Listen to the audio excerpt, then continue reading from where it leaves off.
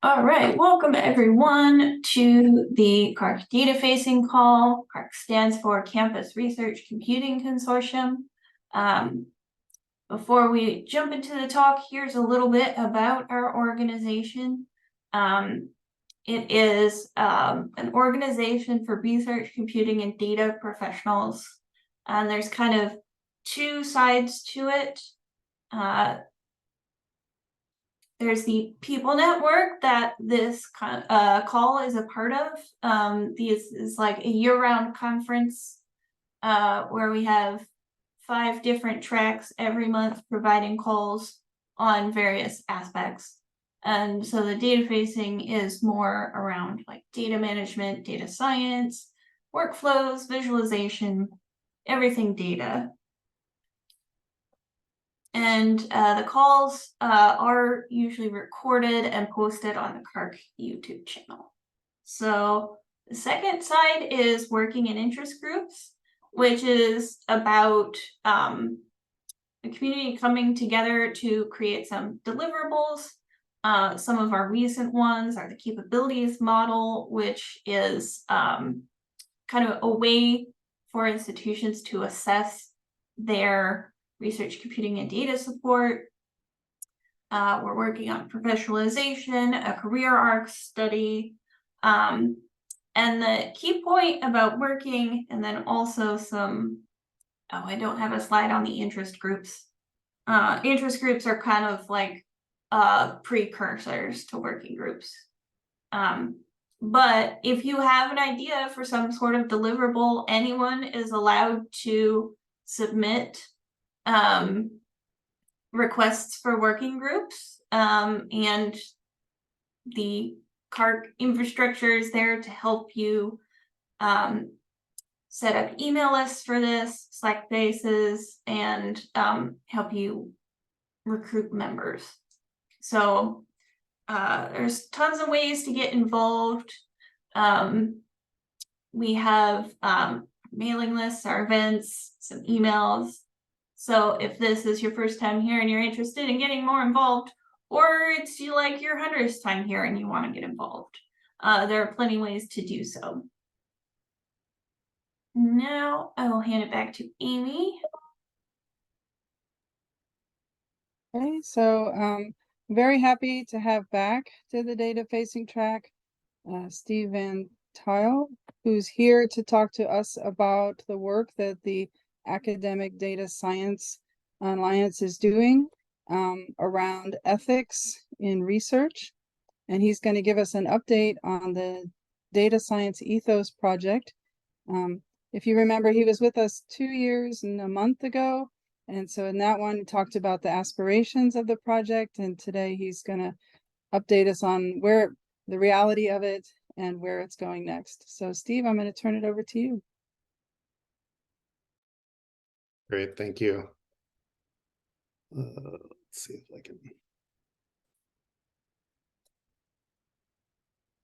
So you should be seeing slides.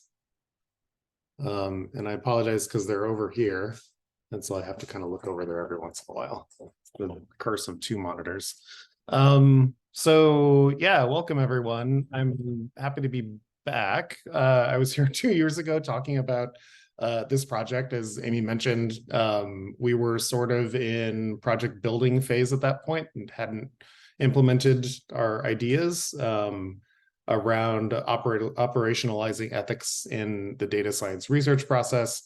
But I'm here to report that we've actually done most of the things that we said we would do 2 years ago. And I'm laughing because we all know how projects go and how oftentimes what you think you're going to do is not exactly what you wind up doing. But anyway, so I'll introduce myself. I'm Steve Van Tile. I'm a program manager with an organization called the Academic Data Science Alliance. Should just put this in super screen mode. So what is Academic Data Science Alliance? We sometimes refer to ourselves as ADSA. We're a community building organization that supports university researchers and educators to learn, build, and teach data-intensive methodologies and responsible applications. And we try to lean on that responsible applications part a little bit in our organization because generally speaking, we hear a lot of concern out in the world that computational methods are not being deployed responsibly. And so we want to make sure that that's a core part of our organization. In some ways, we have emerged as a professional society for data scientists in academia. That's probably a disputed statement, but we're kind of positioning ourselves as such. And we're a fiscally sponsored project of community initiatives, which some of you may recognize as a fiscal sponsor for a lot of smaller nonprofit organizations in academia and computing. So what kinds of things does ADSA do? We have a lot of events and meetings. We every year hold a data science leadership summit, which is a 2 or 3 day meeting of folks who are in charge of launching or sustaining data science initiatives, things like data science centers or institutes, degree programs, or in some cases, entire departments and schools of data science. Gather those folks together to kind of talk about what are the primary issues that we're facing in data science and academia, and how can we collectively address them. Coming up this month, wow, it's October, we're having our annual meeting sort of for the first time. There was a pandemic that prevented people from getting together. Some of you may remember that. And we are getting together later this month in San Antonio to have essentially a like a full-blown academic conference focused around data science, research methods, education, and things like that. And then we also run a handful of other smaller events as we are able to. So we will, if we're in a region of the country, we'll call up all of the data science programs in the area and try to get together and have a meetup and try to make connections among folks in a region. We've run a number of workshops of a variety of types over the last couple of years, and then a number of online events. We have an ongoing series on of career panels for early career folks in the early career phase of being a data scientist in academia. So our career development network is where a lot of that early career work happens. Happy to have folks visit the Career Development Network page on our website and get in touch if you are at an early stage of your career and identify even sort of vaguely as a data scientist. They'd love to see you over at the CDN. And then one of the last things that we do, and sort of what we're here to talk about today, is we do a lot of listening to the academic data science community and talking to folks about what we could achieve together that we're unable to achieve on our own, right? So I just heard you all giving calls for participation in working groups, and it's a very similar setup in ADSA, where we gather people who are interested in a certain topic area or a problem to be solved and make an attempt at addressing it. So an example here that may be of interest to this group is a book that we just published 2 months ago now, on hiring, managing, and retaining data scientists and research software engineers in an academic setting. This is jointly produced with the U.S. Research Software Engineer Association, which I'm sure many of you are familiar with.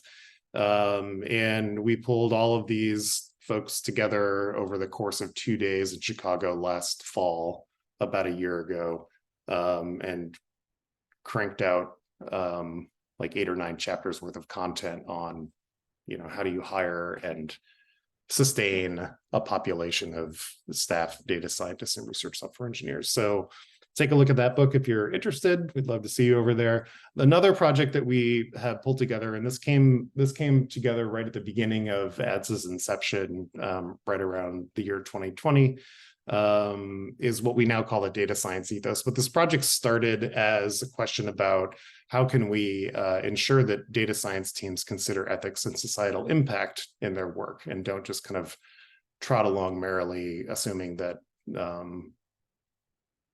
the human context of their work doesn't matter, or that it'll just be fine.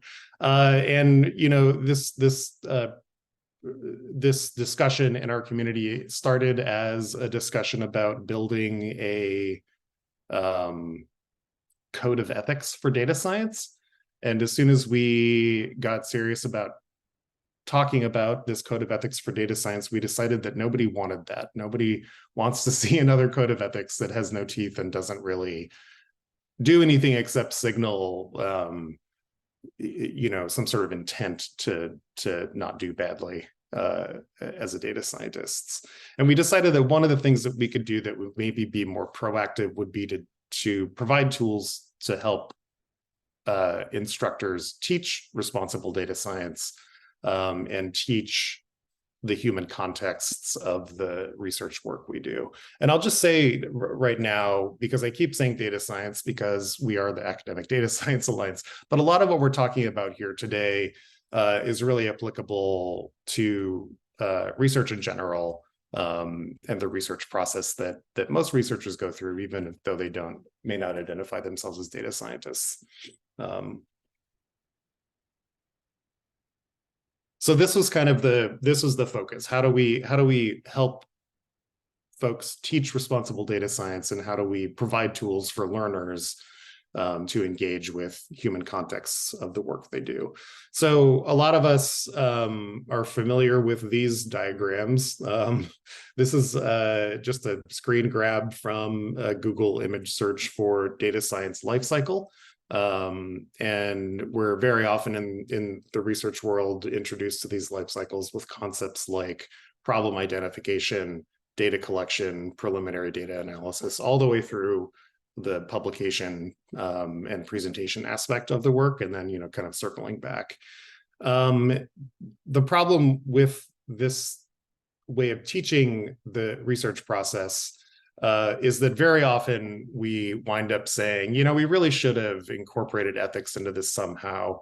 But since it's not infused into the diagram or the way that we teach research, let's just put it on like as a course that you take at the end of your program, or a seminar that we run weekly that's optional. And so effectively we're putting ethics, like an ethics hat, on top of the research process and just hoping that that will be fine. And our community really tells us, that's an insufficient way to teach ethics. We really need to understand at every stage of the research process what's going on, and kind of think about, how do we interrogate the research process from different perspectives so that we can ensure that we're not, we're minimizing harm, hopefully. So the question, how can we integrate human context and ethics directly into the data science lifecycle? Oops. So as I mentioned, we had a working group that came together around this topic. The folks listed on the left are the folks who have been involved in this project since the beginning, or jumped on at some point throughout the project. It's been a few years, but through a number of discussions and meetings, a handful of folks on the working group came together and wrote this paper, which is a good read for a couple of reasons. First of all, it's a good read because it lays the foundation for what we're talking about here, of what we call the data science ethos, or the data science ethos lifecycle. And it's also a good read because the folks who wrote this paper are largely sociologists or human context and science researchers, or science and technology studies researchers. And so this is an aspect of kind of intellectual thinking that I had never engaged with very much, coming from a STEM research background. So there's a lot of kind of tools and ways of thinking about the work that we do as researchers that are introduced in this paper that I think are very helpful. But they also form the core of the data science ethos. So definitely take a look at that paper if you have a minute. Even reading the abstract, I think, is a little bit eye-opening if you've not read a lot of sociology academic research. So where does that get us? So we pulled together that research paper, laid out the framework for how we can infuse human contexts and ethics into the data science research process, and then sought to implement that framework in an interactive tool online.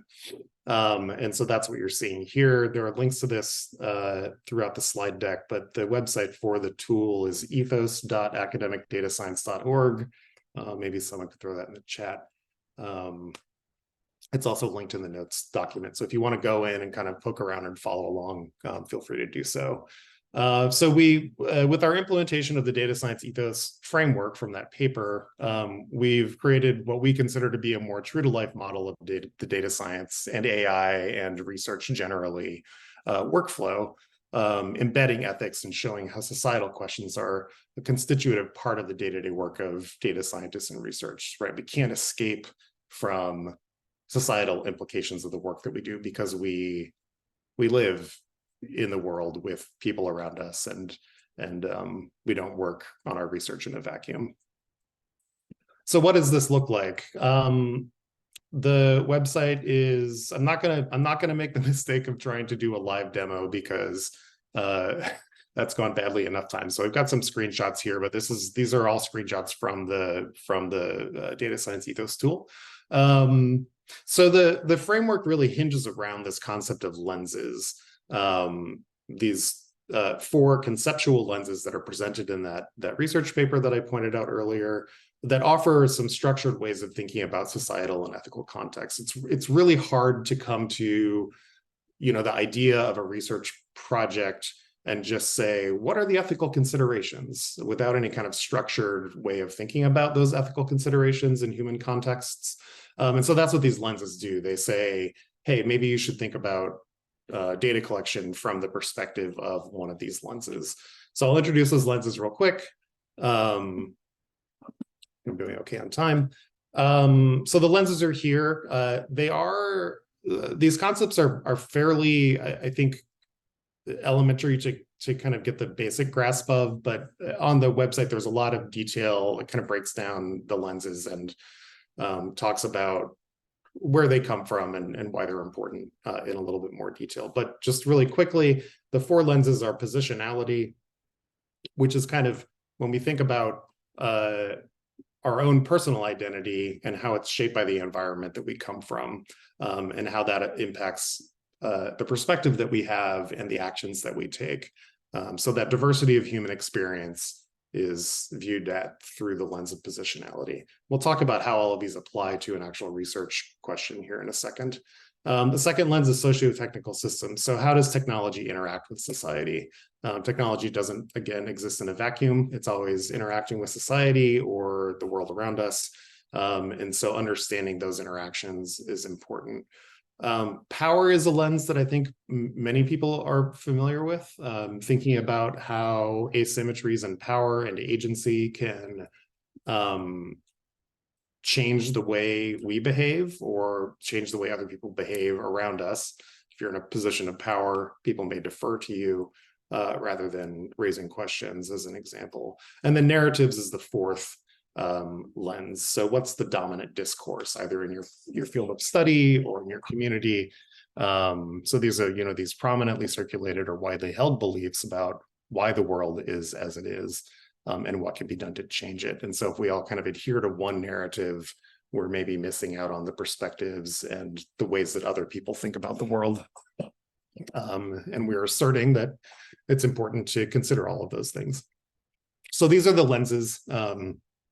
These are the 4 kind of ways that we hope folks will engage with and interrogate their work as data scientists and researchers. Okay, so we have the lenses as the kind of core of the framework. As you saw before, we talked a little bit about the data science life cycle, or the research life cycle that we're familiar with. And that's the second part of this interactive tool, is we take these concepts that are related to the research life cycle. Working. Sorry about that.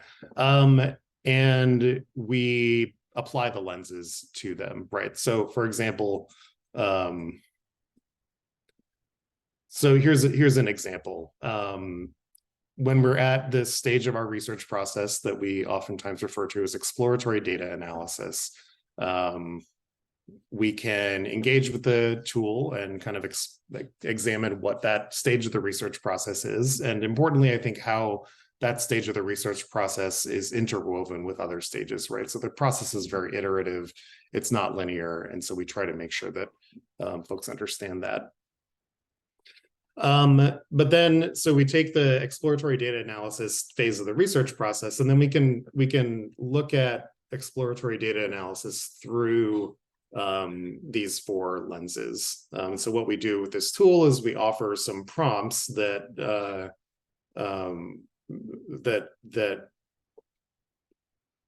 prompt the user with some questions about what's happening at that stage of the research process from the perspective of these lenses.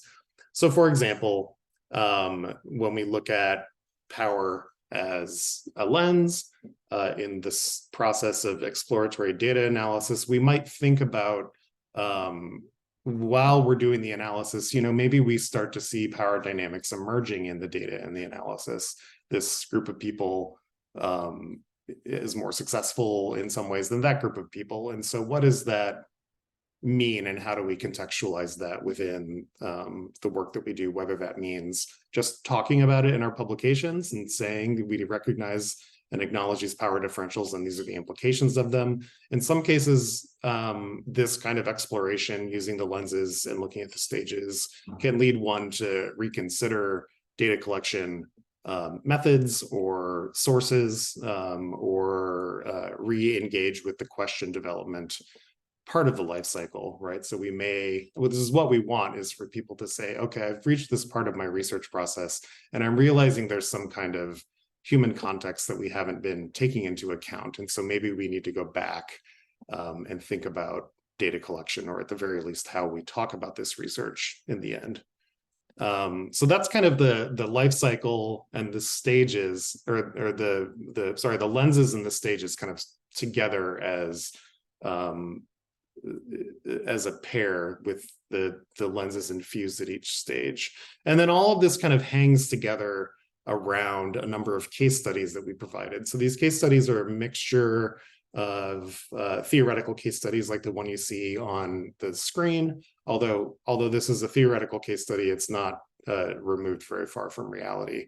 This idea that we might be able to use cell phone records to estimate population as opposed to using written census like we use now. And so with each of these case studies, we talk about the stages and the lenses specifically applied to that case study. So you can kind of get a sense for how, in this case, applying sociotechnical systems at the data discovery phase of the research process applies to this very specific research question or research case. So like I said, we have 3 case studies up right now. One of them is a theoretical case study on estimating population with cell phone records. Another has to do with clean drinking water. And the third one has to do with algorithms for property tax, setting property taxes, and how those can be inequitable. And we've had the tool up and running for quite a few months now. And so we've got a lot of engagement with folks who are interested in using the tool in the classroom or in the context of, talking about ethics in human context for their research group. But we're also really hoping to keep the data science ethos tool alive and fresh by taking in new contributions and talking about other ways that people can engage with the ethos framework. So some examples of what we're up to right now, we're trying to gather additional case studies, which is a little bit challenging because oftentimes case studies written as a standalone thing. And what we're hoping to do is to take those case study and kind of sprinkle these discussions about the lenses and stages throughout. So it involves a little bit of rewriting, but we have someone who's got a student who's putting together a case study based on the Tuskegee experiments. If you're familiar with that sort of famous, horrible research situation last century.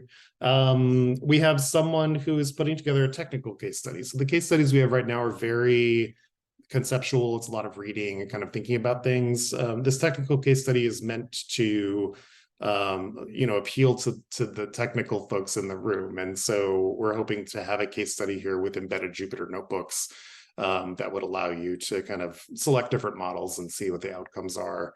So that's in the works right now. And then we're also trying to think about how we can incorporate existing case studies and reduce that load of implementing case studies and make it a little bit easier. So there are a lot of folks out there producing case studies in this area. For example, there's a journal out of the MIT Press, Case Studies in Social and Ethical Responsibilities of Computing, and would love to engage with folks who are putting case studies out there like this and try to get a better understanding of how we can apply the data science ethos to those. We're also in the process of working with a few groups on building out classroom and training materials. So right now, if you take a look at the Ethos website, it's a lot to kind of take in, right? To sort of interface these lenses with the stages, and then to kind of apply a case over the top of it can be a lot to take on board all at once. And so we're working right now on lesson plans and classroom materials to help folks kind of atomize the case studies or atomize these concepts in the data science ethos so that we can sit down for 10 minutes in the classroom and talk about how the power lens applies to data analysis as a stage of the research process. So you don't have to engage with the entire case or the entire tool, we can just engage with elements of it. So we're working on kind of breaking some of these concepts down into smaller bites, just something that we've heard professors ask us for. And then we're looking for additional ways to engage too, right? So we're putting together a number of what we're calling mini cases, so much shorter than the case studies that we have. Similar to what I just talked about, atomizing the case studies into elements, but these are sort of like 1 or 2 page case studies that you could print off and pass around to the classroom.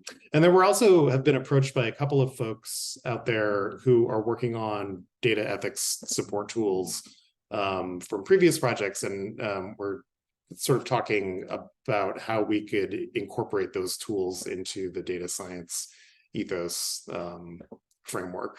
And sort of house them at the data science ethos as additional ways to engage with these concepts.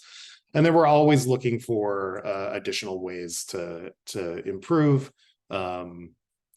understand how it's gone when people try to use the data science ethos in a classroom or training setting, and what we can do to improve. So we would love to hear from you all if you've taken a minute to take a look at the ethos. Or I think most importantly, if you've tried to use the ethos in a learning setting, letting us know how that went, and hopefully we could engage in a discussion about what we might do to improve on our end. So that's my relatively short overview of the data science ethos. These slides are shared in the notes. There's a lot of links in here, so you can get to the EDSA website and the ethos from here. And I would love to take questions now, or if folks want to send me an email later on, I'd love to hear from you and chat a little bit more about data science, ethics, and human context. Thanks.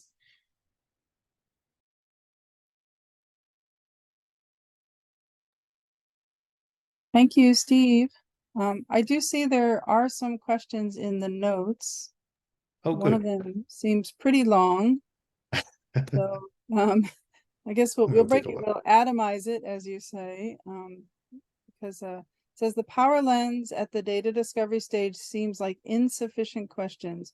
What types of data are required for this project and how accessible? Okay, so I think this is more of a comment. Is there a question there yet?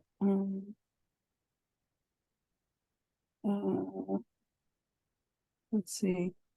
Why not add prompting questions about power differentials on who has the data, who should own it, the governance reference, things like the care principles, etc. So maybe Yeah, the that's a very question. good. No, I think I get it. I mean, that's a good question, right? So we're sort of working with material that we had built out as part of the paper that I mentioned in the framework, but are seeking to make improvements here. I think that adding, yeah, things like fair and care here are important, and kind of building some of this information out totally makes sense. Yeah, thank you for that.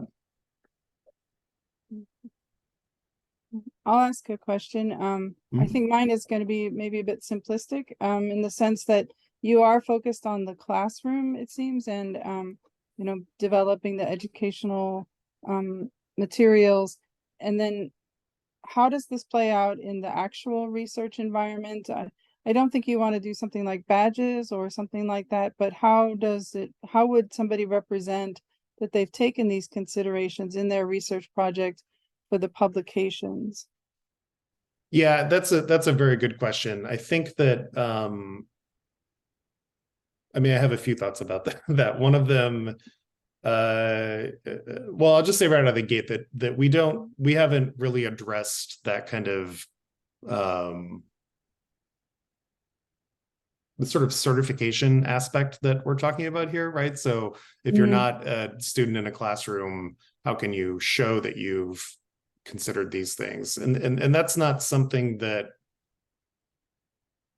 yeah, it's not something that we've thought a lot about, except that what we're trying to do is to talk with conferences and some journals about incorporating the ethos framework into some of the statements that they're asking for now at conferences and journals about the ethics of the research that you're presenting or publishing. So like NeuroRIPS, this sort of neuro imaging community, I think that's what they are.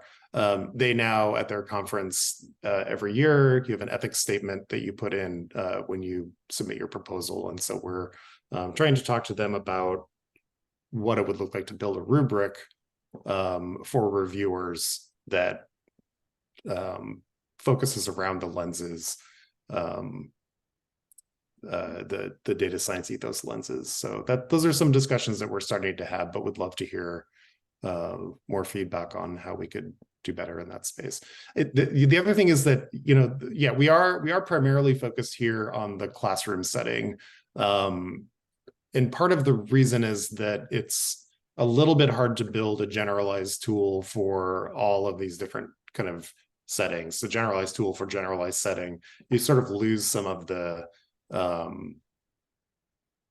ability to focus, I think, the information that you're trying to provide.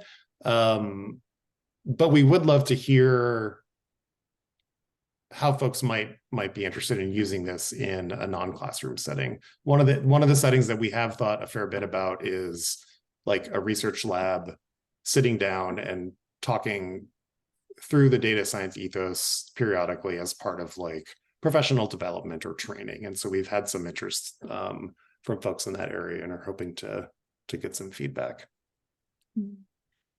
It's interesting that you say that, because I know there's no standardization for the responsible conduct of research, and somehow this starts to build on that kind of a standardization there. So yeah, we were just the other day in a staff meeting joking, but also sort of dreaming that, you know, yeah, maybe the data science ethos framework would be one that could be used for RCR training, or yeah, other, you know, you get those like HR trainings that we all have to do, and they're usually kind of not great.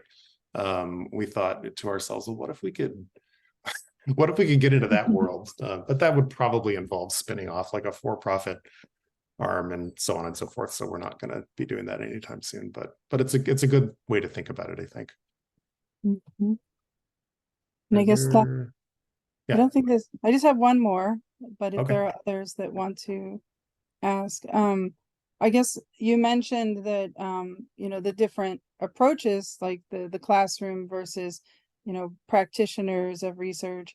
Are you also having to think about for different disciplines, different approaches to the ethos, and having maybe, I mean, I see that some of your case studies probably would break out down into different disciplines. Is that an approach you want to take, or are there more commonalities that you don't need to be specific to discipline?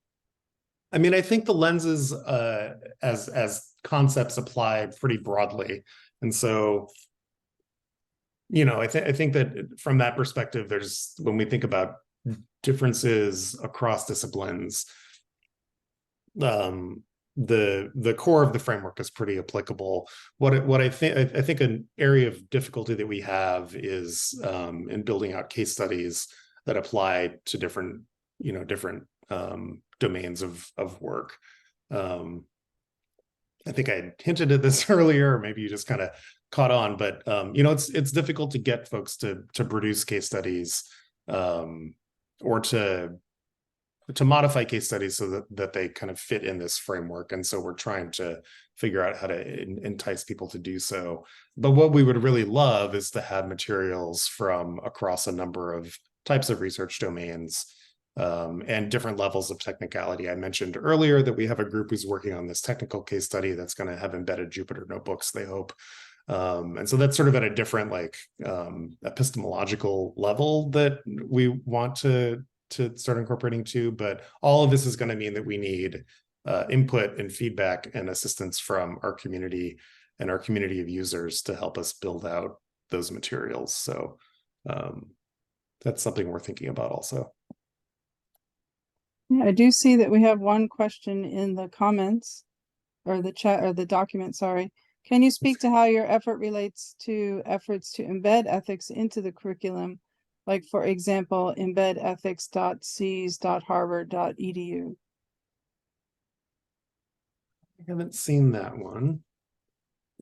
So where does this fit in the context of other efforts to embed ethics into the curriculum? Yeah, I think that that's one of the places that our working group started, was what's not going right with the way that we teach ethics in human contexts in the classroom now. And I sort of jokingly talked about the ethics hat on top of the research process. But that's only sort of a joke, right? Very often it's an ethics class that you take at one point in your maybe undergraduate program, and then we kind of don't ever talk about it again. And so what we're hoping is that the Ethos framework provides a way for people to keep returning to these ideas, so that it's not just kind of a one-off session. I think there are other frameworks out there that we've looked at and engaged with, and if there's synergy, we'd love to continue to work with other folks to bring these concepts to the classroom.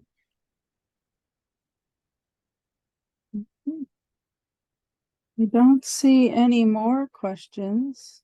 Okay. So maybe if everybody's good, and as Steve mentioned, you can email afterwards, get in touch, attend one of the summits or workshops or something, or reach out if you have a case study that you are thinking about or would like to work with the Alliance.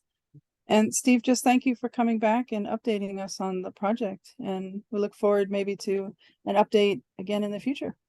Yeah, thank you for having me. I'd love to talk about any of the projects that we're doing with this group, and it's good to see you all.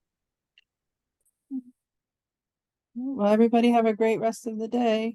It's really hot here in Cincinnati. I don't know what it's like in the rest, but stay safe. Thank you.